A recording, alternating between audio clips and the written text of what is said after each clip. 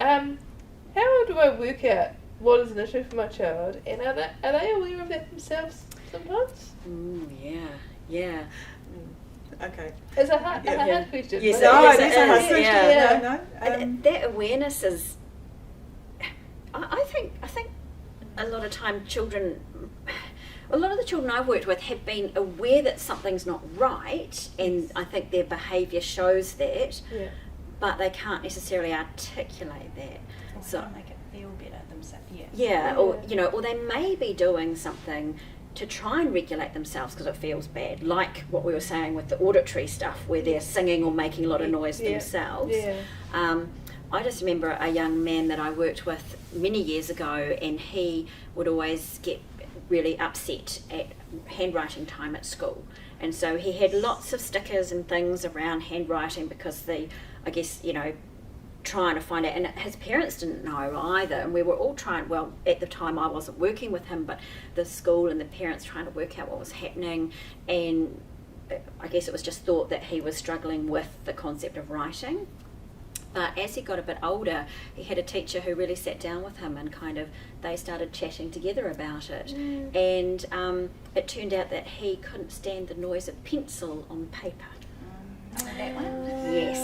And but he couldn't articulate that. He just knew that this time was horrible and he hated it and he just wanted to not be there. But he couldn't say this was the actual problem at that point. And so nobody knew, but he knew there was a problem. And so it was when he got a little bit older and he had a great teacher who was able to go, wow, here's a lot of different things you could write with. Is there anything that might work for you? And where do you want to go to write? And he chose to go out the door and write in the cloakroom, So they started to piece it together and work it out together, the two of them. So I think it's hard when the child can't articulate what they're feeling themselves. They don't have the vocab to actually say, this is what the problem is, and they act out in different ways, and then you're left wondering, what is this about? Yes. And it's really hard, isn't it, for parents to work that out, that they're behaving in a certain way, but why might they be behaving like that? Is that due to sensory processing? Is it due to something else? If it's due to sensory processing, which sense is involved here? Or is it, because it's any activity involves heaps of different sensory inputs, so which is the one that's the issues here? It's really, really, really, really tricky for parents, for professionals sometimes as well. It's not easy. I think I'm going to do another plug. Sorry. We on our website, on the Child Development Service website, we have another online parent resource. This one is called Let's Talk About Sensory Processing. This one's about sensory processing, so we go through what each sense is, sensory input is. We look at what under-responsiveness looks like in that sense, and what over-responsiveness looks like in that sense. We look at strategies to help with under-responsiveness and over-responsiveness. So that's an online program that parents can do in their own time, because we know that parents are really busy, and you can start and stop the module as you want to, the program as you want to. It will keep track of where you are, and then hopefully it will help parents just work out what their child's sensory preferences are and differences are, and help them to then find things to help them with that sensory input. We also have courses at Montreal House that people can access, online courses. Not in-house courses. But and some kids do know their own sensory needs and sensory differences and preferences, and others don't. Others need more support around that. As they get older, as kids get older, they become more aware in general. And some kids have worked out ways to help them manage situations, but sometimes those behaviours aren't helpful.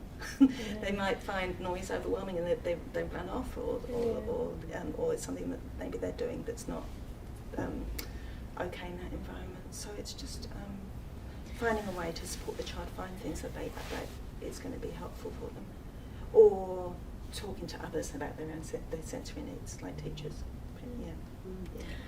Yeah, and sometimes it's a bit of trial and error, like everything, and we're humans, and that's one of the things that I notice when I work with children is, even if I might have done a sensory profile where I'm looking at assessing kind of the sensory areas and what's happening for that child, sometimes a particular score will come out of that, but then when I start working with that child and I think, well, maybe these types of activities might be helpful for this child, actually it doesn't work for them.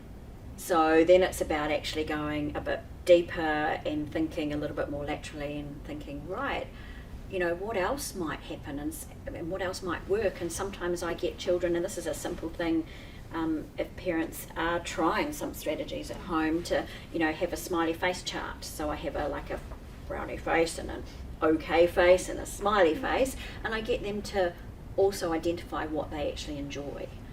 What sensory experiences they're actually finding make them feel good, and then I'm also looking to see how does that change what I would say their state of alertness. So does it make them more hyped up and excited, or does it make them feel a bit calmer and more relaxed? And it's so important, isn't it, to look at things that the children prefer as well as things that they find difficult. It's so individual, isn't it? So individual. Yeah. All different. Yes. We are all different. It's part of being human. Yep. And it is kind of that experimenting a little bit, and what I find really interesting is that some of the teenagers I've worked with is they start experimenting within themselves about what might work for them in a different situation. So say when they're at school and they find that they like a bit of deep pressure, so they like something heavy on them, how do they do that? So they might I've had some people put their bag on their knee and just kind of have that in class a little bit, or some people have said to me they sort of sit down and they just sort of push through their legs, or they just do kind of lots of sort of stretches and really get a bit of pressure through their body in those ways. Just finding different things that fit in different environments, because many children at that age or teens at that age are very aware of others, and they don't want to look different, but they do have sensory needs and preferences, and it's finding how do we support you with those sensory needs and preferences so that you look like your peers and you feel supported in that environment. Want to be the same as everybody else, which isn't life. But I think there's an intense need just to feel the same. And it's that age, I think, teenagers, they're looking at their peers, aren't they, and their brains are changing as well. So